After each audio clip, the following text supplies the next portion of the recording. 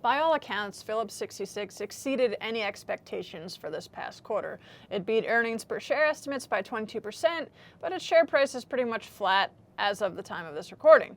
This might suggest that there were some underlying weaknesses in the business. Tyler, was that actually the case? Well, if there were, then I certainly didn't see them. I mean, some may point to lower revenue and lower net income numbers compared to the previous year, but let's kind of really put this into context. Number one, refineries are relatively cyclical business, which will see revenue dips when gasoline prices drop. And if you were to look at U.S. gasoline retail prices, they've been below $3.40 for the past 3 months. That is the lowest sustained price of 3 months since 2010. So of course it will have a little bit of lower revenue.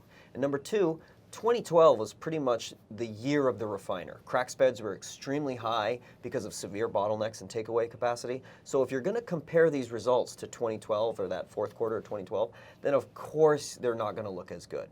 And then finally, here's the real crazy part about it. Marathon Petroleum pretty much did the exact same thing. You know, they beat estimates but lower income year over year, but their shares jumped almost 5% following a release of those earnings until about the filming of this video.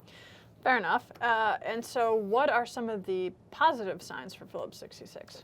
Well, one of the things that was really interesting looking at their earnings, there was really large gains in its other business segments. You got midstream and their chemical business. These two segments have a little bit less volatility than refining, so a little bit steadier increases there to help them even out those wild swings in profitability from the refining aspect.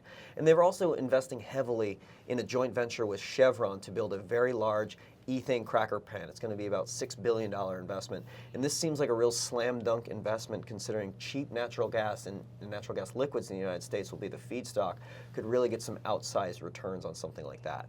Finally, Phillips 66, they're still buying back loads and loads of shares. They're still paying a pretty strong dividend.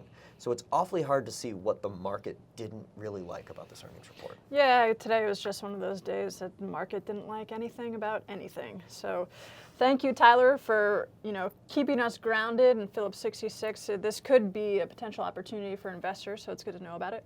Thank you for watching, and Fool On.